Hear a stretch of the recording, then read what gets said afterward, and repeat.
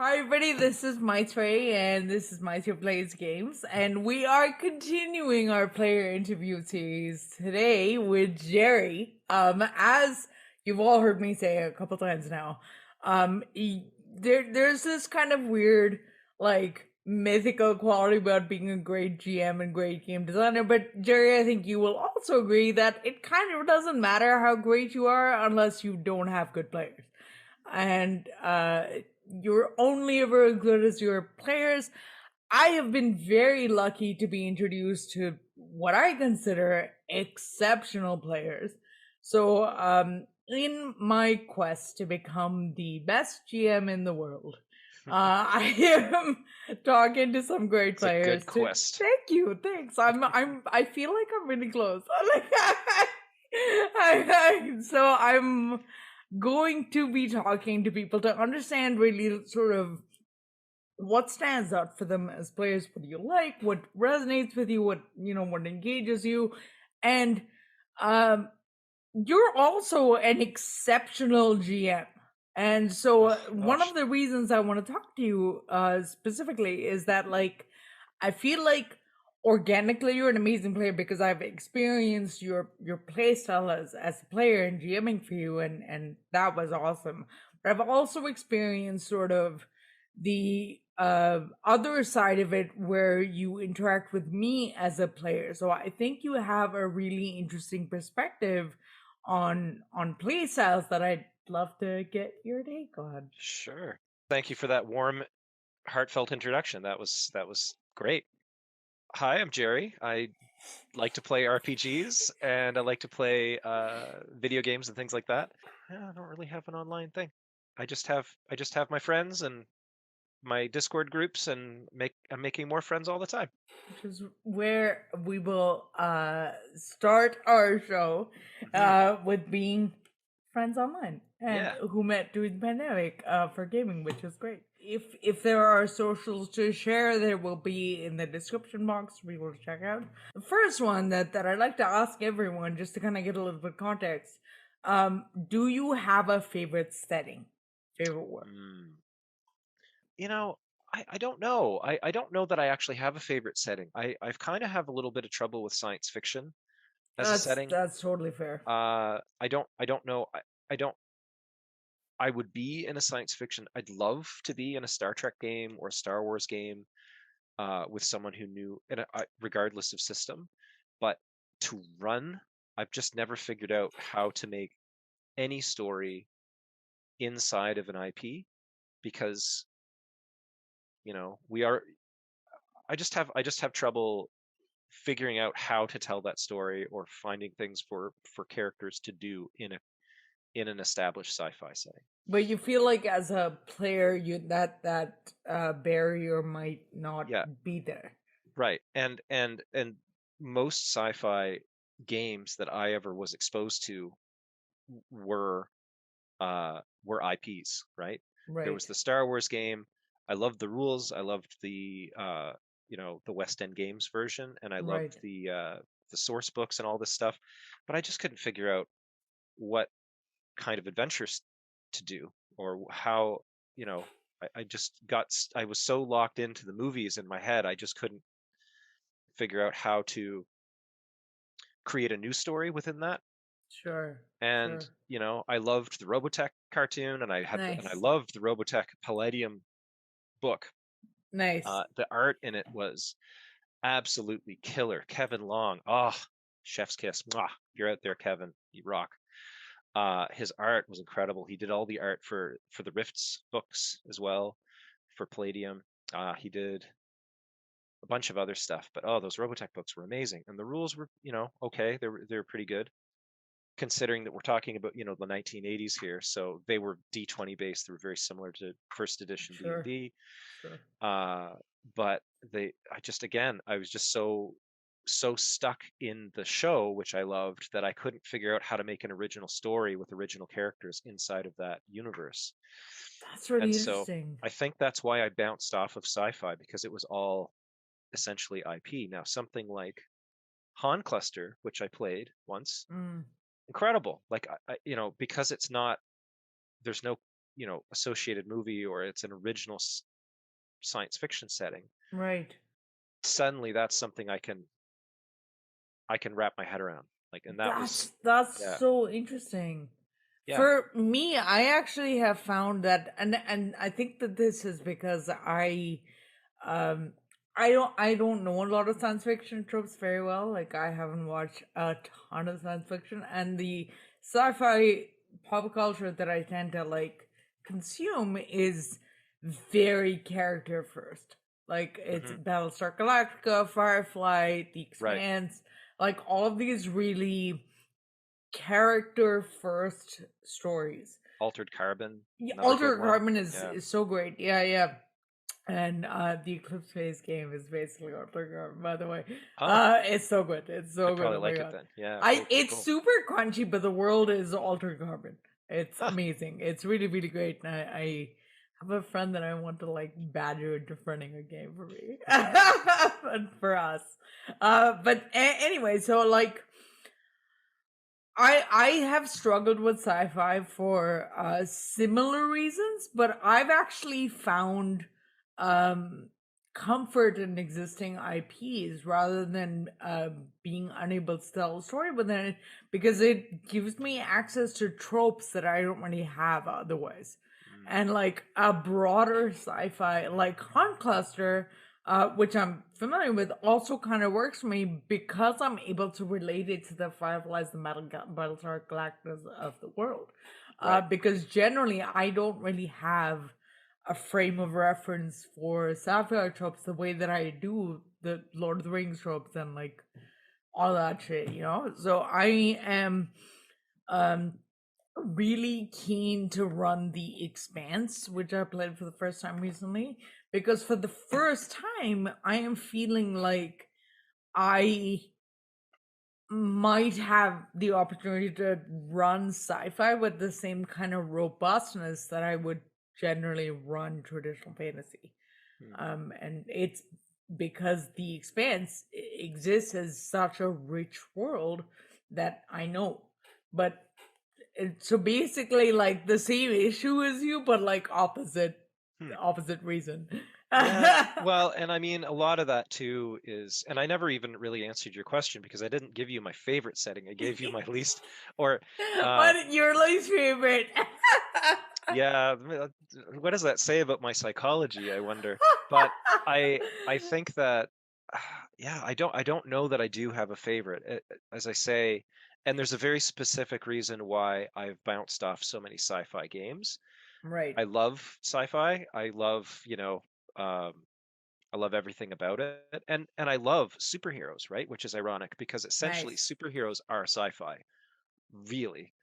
Especially and the superheroes I like the most are kind of the most sci-fi of the superheroes. I love the gadget ones. I love, the Nice. Batmans and the Iron Mans and uh, and if that's not sci-fi, well, I don't know what is. But and that's my jam. I Right.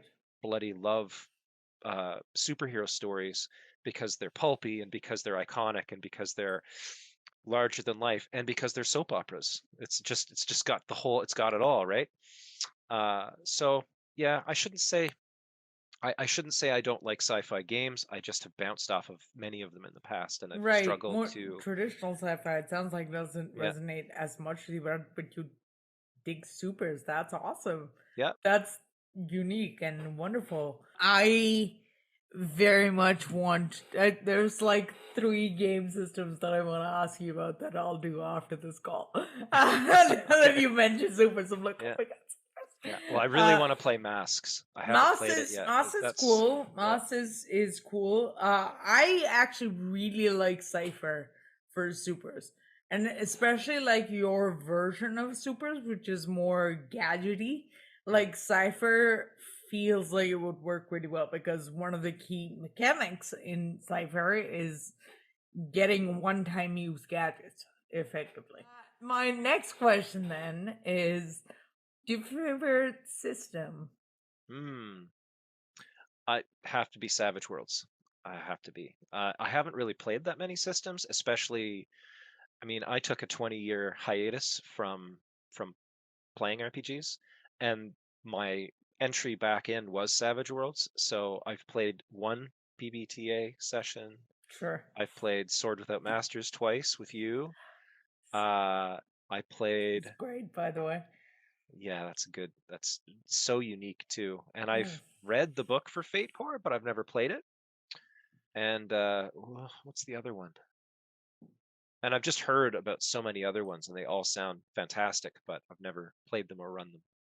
It's, I'm still trying to get the rules to Savage Worlds to click, in my head. I still have Right. to look things up, and it's Oh, still that not I do completely, that yeah, all the time. it's still Like, not completely, yeah. a no-brainer for me.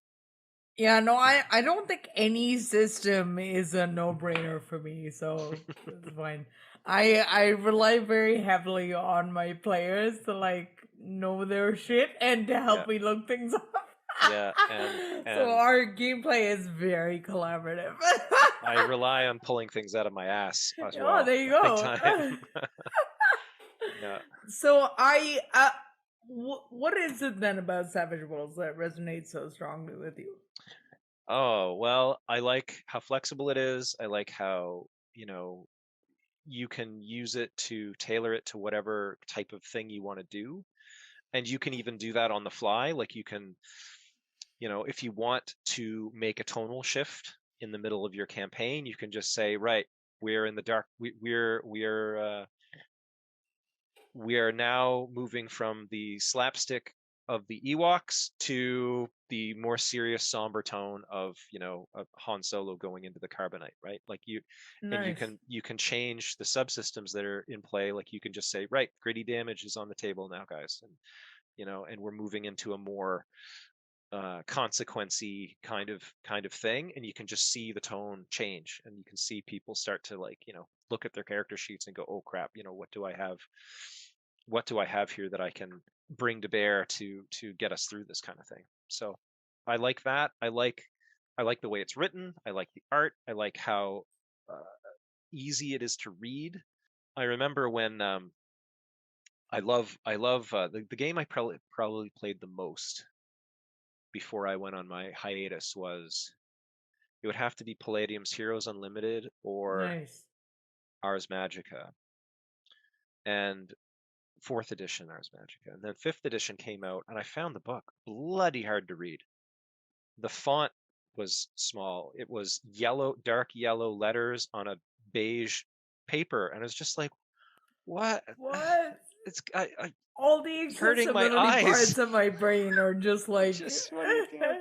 They need to read. They need to do. They need to. As I mentioned earlier, I follow Jonathan Tweed on Twitter, and I was like bugging him to bug Atlas Games to do a reboot of fifth edition, like a Sure. reformat and stuff. Like do a Kickstarter and just say, okay, we're gonna use the money to get new artists and change and beef up the layout and stuff. It's a great system. It's a great game. It's a great setting. I love everything about it. It's best magic system, best damn magic system in any RPG ever. Nice. I will die on that hill. I would love to know why. Oh God, it's I'm not familiar with Ars Magica at all. So well, whatever like you're able it's to share will be wh- completely new information and I will believe you. well, the first of all, the magic system, the crunchiness of it and the flexibility of it has never been equaled. But it's more than that. It's right in the premise of the game. The premise of the game is, it's basically Dark Ages Europe, except all the folklore and all the superstition of the people is true. So there are trolls living under the hill. There are spirits. There are angels and demons and wizards. And you can make a character who can do the things that Merlin can do. In Ars Magica, the idea of character balance is completely out the window. The mages are the central, most powerful things basically in the world, and everyone gets to play one mage, but you also have a cast of supporting characters, and they would call them they in Savage Worlds they'd basically be henchmen. They have the mooks that go and are their protectors or their soldiers or their or whatever else it is they need, right? So you sometimes play them, you sometimes play your wizard, and you sometimes play these. There's also normal humans that have sometimes they have magical abilities or they have outstanding uh, virtues and flaws, and they'd be sort of like your knight that hangs around with wizards or does them favors or does things for them, or maybe he owes them a favor. And so you sometimes you play them. So there's grogs, which are the basically the grunts that get things done, and they tend to be quite disposable. And you tend to have a troop of them in a campaign setting, and people often will take turns playing them. And typically, when you roll a grog, when you make one, you want to make them very, very easy to ham act, right? So you'll have the grog who's greedy, or you'll have the grog who's a lecherous type guy, or you have the one who's the drunk. And then players can have fun actually out ham acting that particular grog. So it can be really fun. And I always liken it when I explain Ars Magica to people. I always liken it to a Shakespeare play, right? Because Shakespeare would always have, in most of his iconic plays, he'd always have three plots, right? He'd have the stuff going on at the high level or the level of, the nobles, and then there'd be a subplot, and then there'd be uh, a plot lower than that, right? So in Midsummer Night's Dream, Bottom and all of his cronies would be the grogs in that play. And then now I'm forgetting all their characters. And Oberon and Titania would be the mages in that play. And then everyone in the middle, the love story and all of that would be the companions, what they call the companions.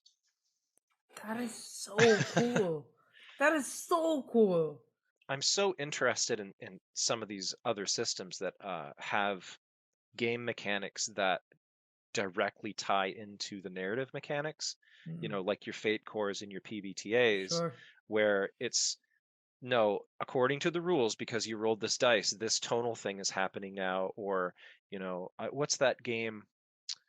I don't remember if it's Masks or not, but if you're, I think it's Masks. It's a heroes game anyway that I heard about recently and I've never played, but it's basically like if Doc Ock punches out Peter Parker, the damage that in game terms, the damage that Peter Parker receives is damage to his relationship with his girlfriend, Oh right? wow. And all of these really, really, really cool ideas to bake storytelling and narrative hooks right into the DNA of the dice That's mechanics. so cool. And while I find that fascinating and I totally want to try it, I think I'm a little bit worried that it kind of would would limit you in a few ways to there if I keep feeling like I would be in a situation where there's a really cool narrative choice I could make as a player for my character that would be really compelling and really moving and meaningful, but I can't because the dice say I have to do this other thing, and I have to gloat, or I have to Mm, be right. I have to, the dice says that instead of doing this thing that you think would be a cool choice, you have to do this other thing. And Right. I, so I kind of worry about that sometimes, but I Right. just would. So again, this is another reason I like Savage Worlds, because I can make those choices and I can, um, You still have agency about them. You can still yeah, do the dramatic thing and still have agency about it. It's not being right, directed in any way. yeah. It is what it feels like. Why don't we pivot to maybe a slightly more contentious question, which is what is your least favorite system and why? Like I still remember first edition D&D, and the and this might just be where I'm from, but this was the days before internet gaming, and the people you knew who liked the game were the people you were stuck with to play the game. Win, lose, or draw, right? If you hated them, and you loved the game, you were just going to wind up having the game with people you don't like that much, or not play. And and I certainly found a lot of people to game with who I did like, but the gaming community was so small back then. What I noticed was that certain conceits would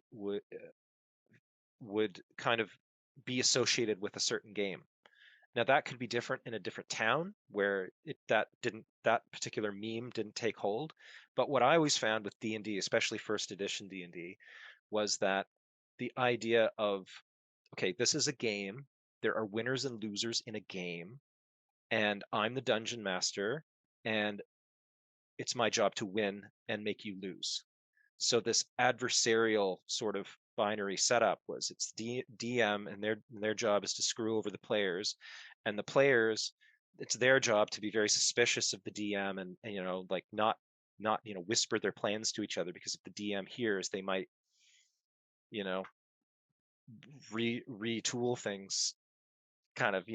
So I bounced off of that whole notion so hard. I think that the game community in general has moved away from that. And now it's coming back. Now it's like the Dungeon Crawl is Dungeon Crawl Classics basically first edition D&D, or did they No, revise it? it's Or much more streamlined. It's okay, it is a sort of D20 marv. It's a very streamlined kind of Gonzo version of 5e. I would say it's actually closer to like 3.54. Like that, it's probably like in that okay, neck of the woods more than hmm, first edition. yeah, I don't Yeah, understand. it's fun though. It's a good time. But it's definitely like it's pulpy sword and sorcery. I'm not sure that I love it for more serious Mm, games, but I like it for that more chaos goblin kind of games. nice, yeah, yeah. It's Well, fun. sometimes you It's want that. You want crazy. Well, I mean, like yeah. Swords Without Masters. Holy moly, that Yeah, no, Swords and was Masters, I feel I finally arrived at why I think people have such a challenge with games. I've run it like several times. I've run it for a couple different groups. You've been in a few of them. But like I think the thing people have the hardest time with is Swords and Masters doesn't have a failure condition. mm, There is no loss. And I feel like that's the part that's hardest for some people to sort of wrap their heads around. Because like and I feel like that also is the thing that stretches it beyond, no, I wouldn't say beyond gaming, but stretches the boundaries of what could reasonably be considered a game and not just collaborative storytelling. So I mean that's my current working theory. I really enjoyed it, and I learned something too. But I remember when you were, because the first game you actually like did this super dope thing where you actually got the author of the damn game to GM it for us, which was, thanks for that. That was That freaking was cool. awesome. I can't believe he And said yes. but basically you said something in the Discord leading up to the first Swords Without Masters game that I latched onto, because I was like, what the heck is this game? You do anything you want. And you said something like, don't be afraid to be extra, don't be afraid to be a ham, totally, that's what it's about. And I was like, oh, I think I understand this game, because you said don't worry about being extra and don't worry about being ham. And I was like, it's basically like a giant improv game from theater class. It's basically like learning to push and pull, and like all improv, eventually there's a gravitational pull in improv to it just eventually you are going to reach the singularity of poop jokes. Like it's always it, you can start off trying to do an improv class where everything's serious, but it's eventually going to Oh be my a god. ham sandwich with poop jokes. Like that's just what's going to happen. And it's not like I'm the common denominator here. It's like if you watch it happen and it's other people, it's still the same thing. It's just how you're always orbiting and spiraling in towards ham and poop jokes. Oh my god, that is so, hilarious. so I We was like, didn't get to poop jokes, which I am no. grateful for. But so this is the lesson though, right? Like in this conversation is about trying to be the best player possible. And I think that people sometimes, and I try to be so mindful of this, that people, if you're like a parent to your character, right? You have your character, and you advocate for them, and you cultivate them, and you try to shepherd them along the way a mother or father would. But then if that's a good player, being a bad player is to take that instinct and to become instead of a parent, you become a soccer parent, right? Like that stereotypical soccer dad or Yeah. soccer mom. And now you're yelling at the referee and you're, booing the other players, and you're just because you're so focused on your character. And with Swords Without Master, in the first game, I was like, okay, this is like, I think I know what this game is. And tonally, that particular session did turn out to be quite pulpy and sort of slapstickish and cool that way.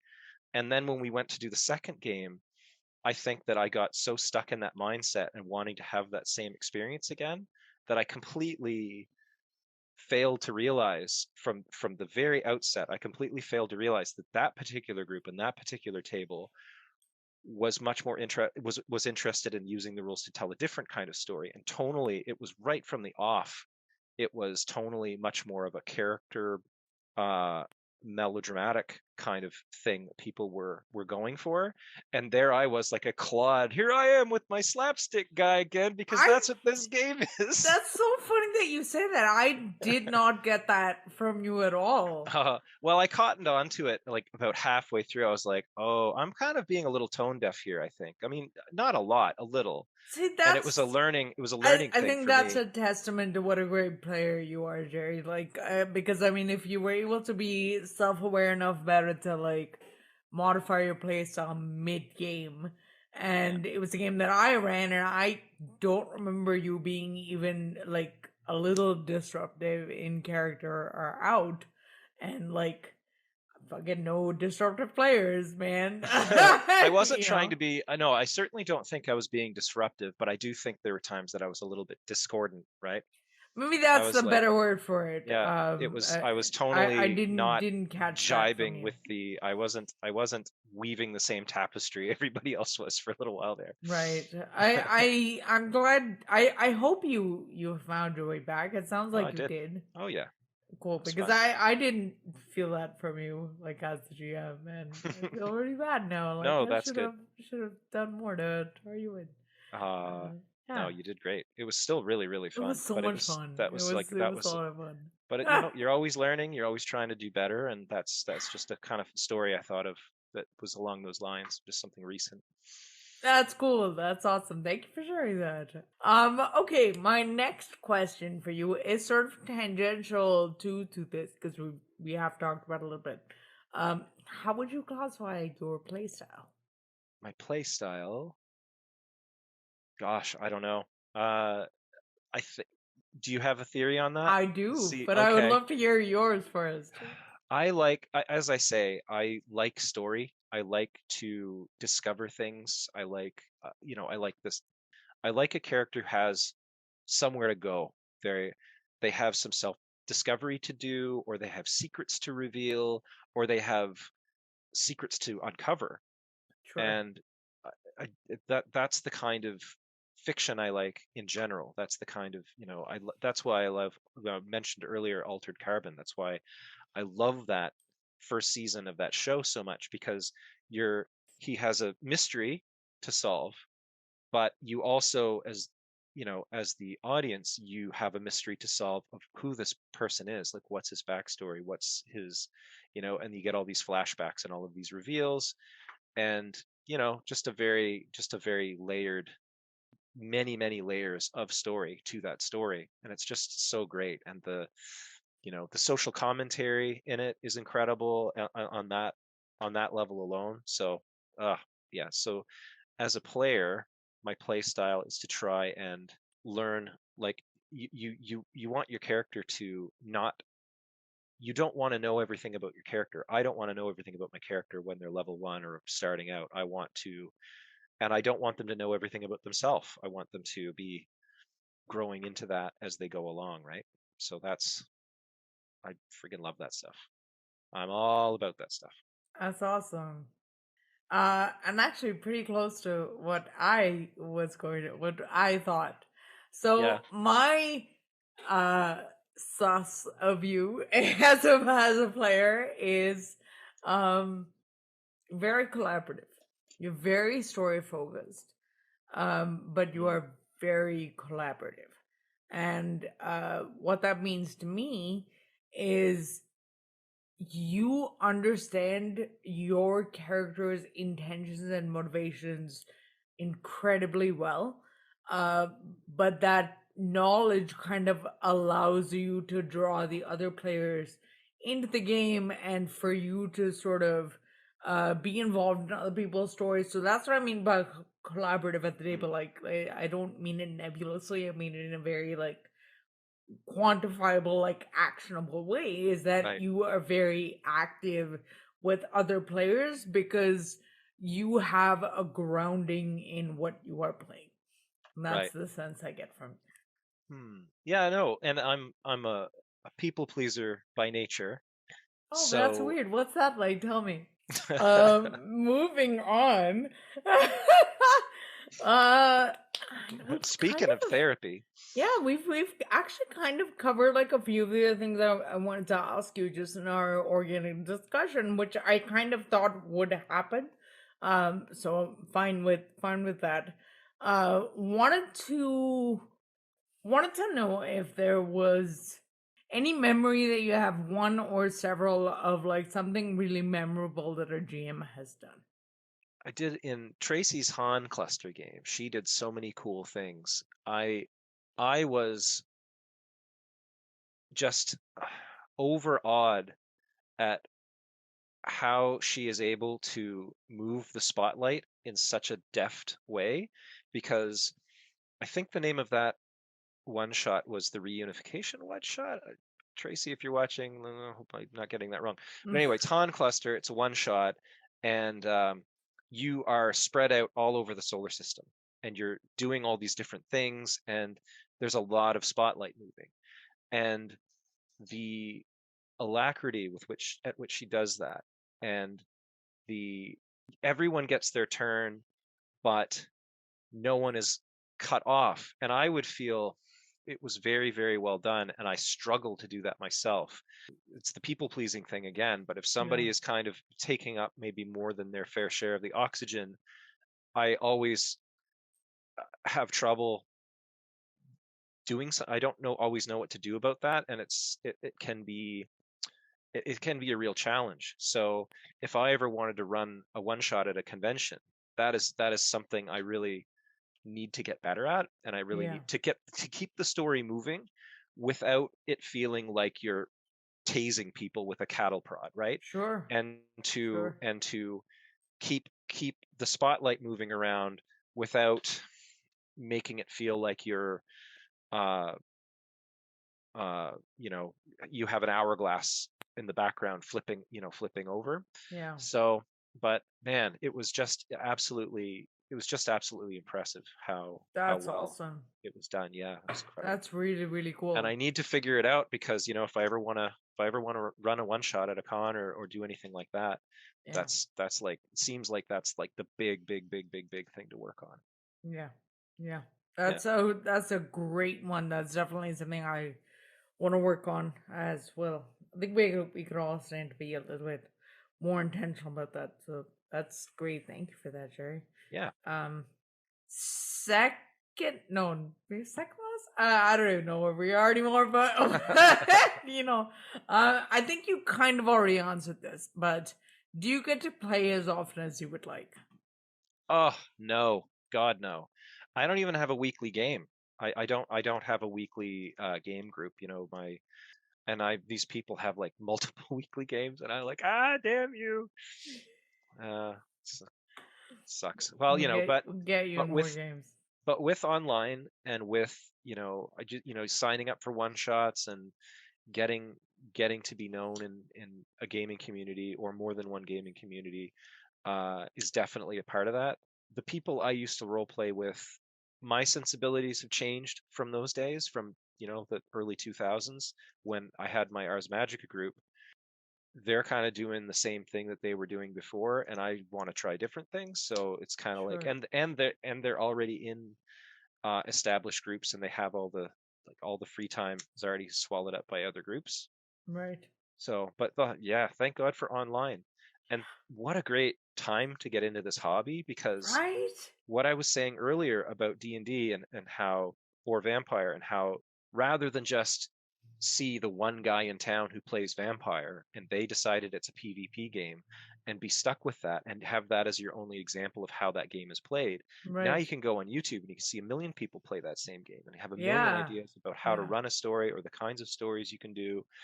And we have so many great tools and books written about how to do this hobby and all the different ways that you can do this hobby.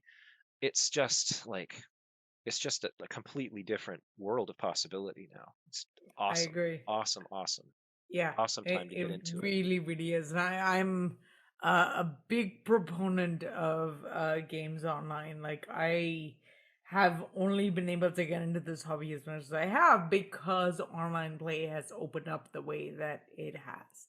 Yeah, But so I'm very grateful for it. It's the silver lining to all this crap. So that's definitely. good.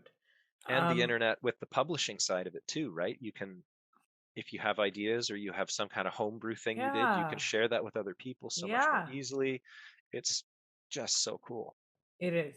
I actually have a video just to plug that for like a quick half second about there being a renaissance in tabletops. So I will link that in the description for anyone There that you wants go. to watch that. And like Um, and subscribe her video, oh my y'all. god! Thank you. One of us should say it. Cool. So my very last question for you. My actual Are last we at the last question. question Hey, we already? are Oh at the last no. question already. But yeah. Um, is there anything you want your future GMs to know? This was not a GM piece of advice that I got, but it was a very good life piece of advice. But it was actually in the context of when I was doing my, you can see my scuba tanks over there. This is when I was doing my scuba instructor course back in the day. And the, and scuba I didn't know that instructors, about you. That's yeah, awesome. yeah, and scuba instructors are, in a place like Thailand, which is where I did that and where I worked as a scuba instructor for a long time. They are kind of hot shit. They're kind of, rock stars in a way, Oh and yeah. it can go to one's head, right? So this guy was the guy who I was shadowing that particular day was the rock star of the rock stars. Like he was the cool Nice. dude, man. Like he had Fabio hair. He was, he had this super cool Dutch accent. He was just firing back the cigarettes. He had a pack of Marleys shoved up under his sleeve. Like he was Oh, Fonzie, man. amazing. He was he was like Diving Ponzi. I love super, it. yeah, diving Fonzie. So but he said, when you're teaching, you are the least important person in that room. It's I you know love that. and when you're the GM, you are the servant king. Yes. Yes. You are not God. You are the servant king. You are the good. uh you're It's about the players, because if the players aren't having a good time, then it doesn't matter how brilliant your idea is. Yes, that is the entire premise of these interviews. Yeah. So So that's, yes, yeah. like because you are absolutely right, and somewhat paradoxically, the less you center yourself, the more successful you can be. That is a great piece of advice, and one that I wholeheartedly ascribe to. Yeah. No, Subscribe to. it's very, very, yeah. Well, and it's not adversarial. If you uh if you feel like you need to beat up your players, you maybe need to, again, we're getting to that very special episode of Blossom territory, but maybe you should look in the yellow pages, Really, or I guess there's no such thing as yellow pages, but Google like good that therapists helps in your great. Better local help if area. you're watching. Sponsor me because I use your stuff. Well, thank you very much for being here, Thank and you. thank you for answering all my questions. Thank you everyone for watching, and tune in a couple of weeks from now for another one of these with somebody else interesting. But thanks, Jerry. Thank you. Bye. Bye.